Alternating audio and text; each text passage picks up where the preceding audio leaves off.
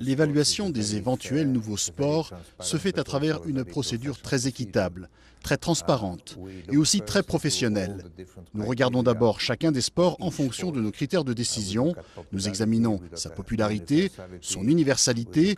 Nous voyons s'il nécessite des infrastructures très coûteuses, s'il a une bonne éthique en matière de lutte contre le dopage, s'il attire le grand public. Ça, c'est la première chose.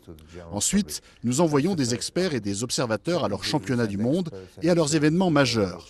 Nous écoutons aussi ce que les spécialistes du sport nous disent.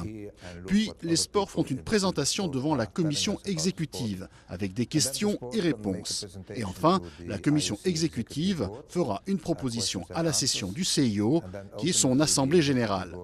Là encore, les sports sélectionnés pourront présenter leur candidature, donc tous sont sur un pied d'égalité et je pense que les membres du CIO, qui sont ceux qui décideront en fin de compte, seront très bien informés.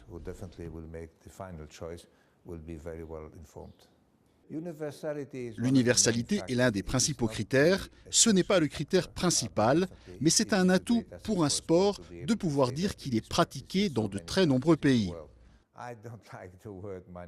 Je n'aime pas le terme petit sport.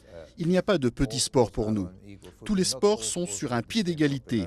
Tous n'ont pas la même popularité, c'est vrai, mais certains sont très populaires dans un continent ou un sous-continent et méritent leur place au jeu. Il serait faux de dire qu'il y a deux types de sports. Les sports, disons, traditionnels et les sports peut-être un peu plus à la mode. Ce n'est pas le cas. Aujourd'hui, ce que les jeunes aiment, c'est un mélange. Ils aiment voir le football, ils aiment l'athlétisme, mais ils aiment aussi les sports qui ont émergé au cours des 10 à 15 dernières années, comme le snowboard, le ski cross ou le BMX.